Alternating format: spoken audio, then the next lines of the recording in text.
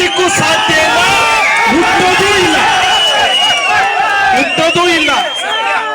ಇಡೀ ಭಾರತದೊಳಗಡೆ ಬಹುಶಃ MGR, NTR, Pralhad ಭಕ್ತ ಪ್ರಾರಂಭದಲ್ಲಿ ಅಣ್ಣವ್ರು ಒಂದು ಗದೆಯಲ್ಲಿ ಎತ್ತಿಟ್ಕೋತಾರಲ್ಲ, ಅದನ್ನ ಭಾರಿ ಸಲ ಪ್ರಯತ್ನ ಪಟ್ಟಿದ್ರು ಆಗಿರ್ಲಿಲ್ಲ. ಹಾಗಾಗಿ ಇಡೀ ಅಣ್ಣವರ ಸಿನಿಮಾಗೆ ಇಡೀ ಕುಟುಂಬ ಸಮೇತ ಬಂದ್ರೆ ಅಲ್ಲಿ ಗಂಡನಿಗೂ ಆದರ್ಶ ಸಿಗೋದು, ಹೆಂಡತಿಗೂ ಆದರ್ಶ ಸಿಗೋದು, ತಾಯಿಗೂ ಆದರ್ಶ ಸಿಗೋದು, ಅಪ್ಪನಿಗೂ ಆದರ್ಶ ಸಿಗೋದು, ಇಡೀ ಮಕ್ಕಳಿಗೂ ಆದರ್ಶ ಸಿಗೋದು. ಇವತ್ತಿನ ಸಿನಿಮಾದಲ್ಲಿ ಯಾವ ಆದರ್ಶವೂ ಇಲ್ಲ, ಬದ್ನೆಕಾಯಿಯೂ ಇಲ್ಲ, ಬರೇ ಸಿನಿಮಾ, ಬರೇ ಕೋಟಿ ಕೋಟಿ ಲೆಕ್ಕಾಚಾರ ಇವತ್ತಿನ ಸಿನಿಮಾಗಳಲ್ಲಿ. ಅವತ್ತು ರಾಜ್ಕುಮಾರ್ ಅವರು ಕೋಟಿ ನೋಡ್ಲಿಲ್ಲ. ಎಷ್ಟೋ ಸಲಿ ಶಿವಮೊಗ್ಗದಿಂದ ಬರ್ತಾ ಗೋವಿಂದಣ್ಣ, SA ಗೋವಿಂದರಾಜು ಅವರು, ಅಣ್ಣವರು, ಪಾರ್ವತಮ್ಮನವರು ಎಲ್ಲ ಬರುವಾಗ ಕಾರ್ನಲ್ಲಿ ಶಿವಮೊಗ್ಗದ ಹತ್ರ ಎಳ್ನೀರು ಕುಡಿಬೇಕು ಅಂತ ಹೇಳಿ ಕಾರ್ ನಿಲ್ಲಿಸಿದಾಗ ಅಲ್ಲಿ ಯಾರೋ ಮಾರುತಿ ದೇವಸ್ಥಾನ ಬಿದ್ದು ಹೋಗಿರುತ್ತೆ. ಆ ದೇವಸ್ಥಾನದ ಕಟ್ಟೋದಕ್ಕೋಸ್ಕರ ಬಂದು ಅರ್ಚಕರು ರಾಜ್ಕುಮಾರ್ ಅವ್ರ ಹತ್ರ ಪ್ರಾರ್ಥನೆ ಮಾಡ್ತಾರೆ. ಆಗ ರಾಜ್ಕುಮಾರ್ ಅವರಿಗೆ 1,000 ರೂಪಾಯಿ ನೋಟ್ ಬಂದಿದೆ ಅನ್ನೋದೇ ಗೊತ್ತಿರ್ಲಿಲ್ಲ.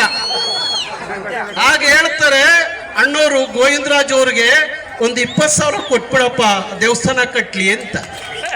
ಅವ್ರೇನ್ ಮಾಡ್ತಾರೆ, 1,000ದ 10 ನೋಟ್ನ ಎಣಿಸಿ ಕೊಡ್ತಾರೆ. ಆಗ ರಾಜ್ಕುಮಾರ್ ಅವರಿಗೆ ಕೋಪ ಬರುತ್ತೆ. ನಾನು ಹೇಳಿದ 20,000, ನೀನು ಬರೀ 10,000 ಕೊಡ್ತಾ ಇದೆಯಲ್ಲ ಅಂತಾರೆ. ಯಾಕೆಂದ್ರೆ ಅವ್ರಿಗೆ ಗೊತ್ತಿರ್ಲಿಲ್ಲ 1,000 ರೂಪಾಯಿ ನೋಟ್ ಬಂದಿದೆ ಅಂತ ಹೇಳಿ. ಹಾಗೆ ಪಾಪ ಯಾವತ್ತು ಜೋಬಲ್ಲಿ ದುಡ್ಡನ್ನ ಇಟ್ಕೊಳ್ಳಿಲ್ಲ.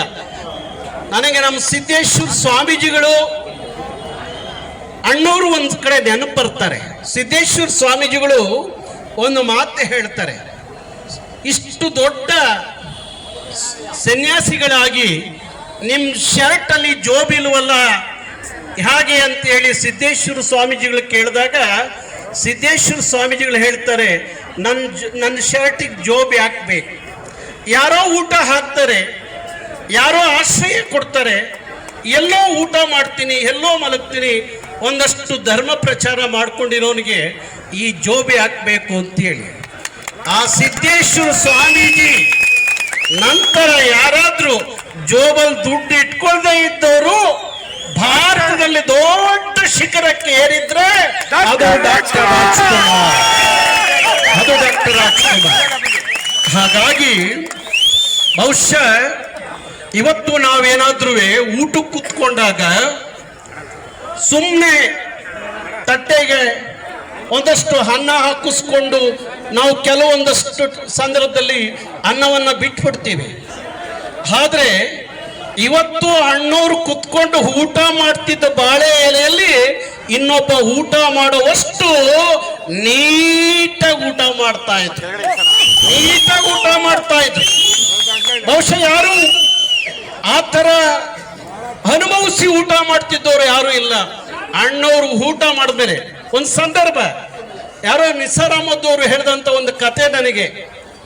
ಅವರು ನಾನ್ ವೆಜ್ ಊಟ ಮಾಡಿದ್ರೆ ಅವರು ಸೋಪಾಗಿ ಕೈ ತೊಳಿತಿರ್ಲಿಲ್ವಂತೆ. ಎಷ್ಟೇ ಜಿಡ್ಡಿದ್ರು ಕೈಯಲ್ಲಿ ಸೋಪಾಗಿ ಕೈ ತೊಳಿತಿರ್ಲಿಲ್ವಂತೆ. ಕೈ ತೊಳ್ಕೊಂಡು ಬರೇ ನೀರಲ್ಲಿ ಬಟ್ಟೆಲಿ ಒರ್ಸರಂತೆ. ಯಾರೋ ಕೇಳಿದ್ರಂತೆ, ಅಷ್ಟೆಲ್ಲ ಕೈ ಜಿಡ್ಡಾಗಿದೆ ನಾನ್ ವೆಜ್ ತಿಂದು, ಹುಟ್ಟಿದ ಹಬ್ಬದ ಕಾರ್ಯಕ್ರಮಕ್ಕೆ ನಾನು ಸ್ಪಾನ್ಸರ್ ಮಾಡ್ತೀನಿ, ನೀವು ಮಾಡಿ ಅಂತೇಳಿ ನಮ್ಮ ಊರಿನ ಒಬ್ರು ಗೌಡ್ರು ಹಿರಿಯರು ಹೇಳಿದ್ರು. ನಾಳೆ ರಾಜ್ಕುಮಾರ್ ಅವರ ಹುಟ್ಟಿದ ಹಬ್ಬ, ಇವತ್ತು ಅವರು ಕೈ ಕೊಟ್ಬಿಟ್ರು. ನಮ್ಮ ಹತ್ರ ಅವಾಗೇನು ಹಣಕಾಸು ಇದ್ದಿದ್ದಂತ ಕಾಲ. ನಾಳೆ ರಾಜ್ಕುಮಾರ್ ಅವರ ಹುಟ್ಟಿದ ಹಬ್ಬ ಮಾಡಲೇಬೇಕು. ಏನು ಮಾಡೋದು? ನಮ್ಮ ಮನೆಯಲ್ಲಿ ನಮ್ಮ ಅಜ್ಜಿದು ಒಂದು ಬೆಳ್ಳಿ ಡಾಬಿತ್ತು.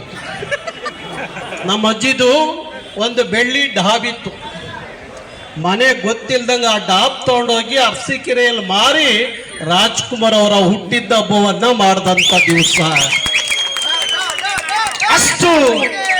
ಅಷ್ಟು ಅಭಿಮಾನದ ಕಿಚ್ಚು, ಅಷ್ಟು ಅಭಿಮಾನದ ಪ್ರೀತಿ, ಅಷ್ಟು ಅಭಿಮಾನದ ಗೌರವ, ಅಷ್ಟು ಅಭಿಮಾನದ ನೈಜವಾದ ಕಾಳಜಿ. ಹಾಗಾಗಿ ಇಂಥ ಒಂದು 100 ಉದಾಹರಣೆಗಳನ್ನ ನಾವು ಅಭಿಮಾನಿಗಳ ಆಗಿದ್ದಾಗ ಇದೆಲ್ಲವನ್ನ ಒಂದಷ್ಟು ನಾವು ಆದರ್ಶವಾಗಿ ಇಟ್ಕೊಂಡಿದ್ದೀವಿ. ಇವತ್ತಿನ ಅಭಿಮಾನಿಗಳು ಇದ್ದಾರೆ, ಆದರೆ ಅವತ್ತಿದ್ರಲ್ಲ ಅಭಿಮಾನಿಗಳು, ಆ ಅಭಿಮಾನಿಗಳಿದ್ರಲ್ಲ, ಇವತ್ತು ಬರೇ ನಟರ ಅಭಿಮಾನಿಗಳಾದ್ರೆ ಅವತ್ತು ಕನ್ನಡದ ನಟರ ಅಭಿಮಾನಿಗಳು. ಇವತ್ತಿನ ಅಭಿಮಾನಿಗಳು ಬೇರೆ, ಆದ್ರೆ ಅವತ್ತಿನ ರಾಜ್ಕುಮಾರ್ ಅಭಿಮಾನಿಗಳಿದ್ರಲ್ಲ, ಎಲ್ಲಾದ್ರೂ ಕನ್ನಡಕ್ಕೆ ಕುತ್ತು ಬಂದ್ರೆ ಅವ್ರ ರಕ್ತ ಕುದಿತಾ ಇತ್ತು.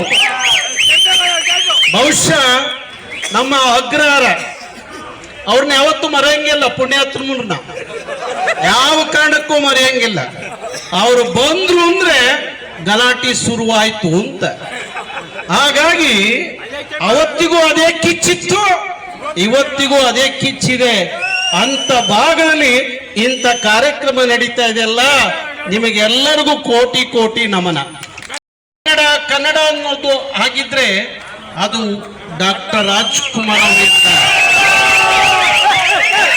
ಬಹುಶಃ ನಮಗೆಲ್ಲ ಕನ್ನಡ ಚಳವಳಿಗಾರರಿಗೆ ಇಬ್ರು ರತ್ನಗಳು, ಕರ್ನಾಟಕ ರತ್ನಗಳು. ಒಂದು ರಾಷ್ಟ್ರಕವಿ ಕುವೆಂಪು ಆದ್ರೆ ಮತ್ತೊಬ್ರು ಡಾಕ್ಟರ್ ರಾಜ್ಕುಮಾರ್. ಹಾಗಾಗಿ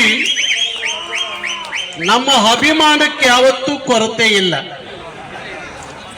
ಬಹುಶಃ ಅವತ್ತಿನ ಕಾಲಕ್ಕೆ ಹೆಚ್ಚು ನಮ್ಮ ಅಪ್ಪ ಅಮ್ಮ ಏನಾದರೂ ನಮಗೆ ಹೊಡೆದಿದ್ರೆ ಯಾವ ಕಾರಣಕ್ಕೆ ಹೊಡೆದಿರ್ಬೋದು ಅಂತ ಒಂದೇ ಒಂದ್ಸಲಿ ಯೋಚನೆ ಮಾಡಿದ್ರೆ, ಮನೆಗೆ ಹೇಳ್ದೆ ಕೇಳದೆ ಕದ್ದು ಮುಚ್ಚಿ ಹೋಗಿ ಸಿನಿಮಾ ನೋಡ್ತಿದ್ವಲ್ಲ, ಆ ಕಾರಣಕ್ಕೆ ಹೊಡೆದಿದ್ರು.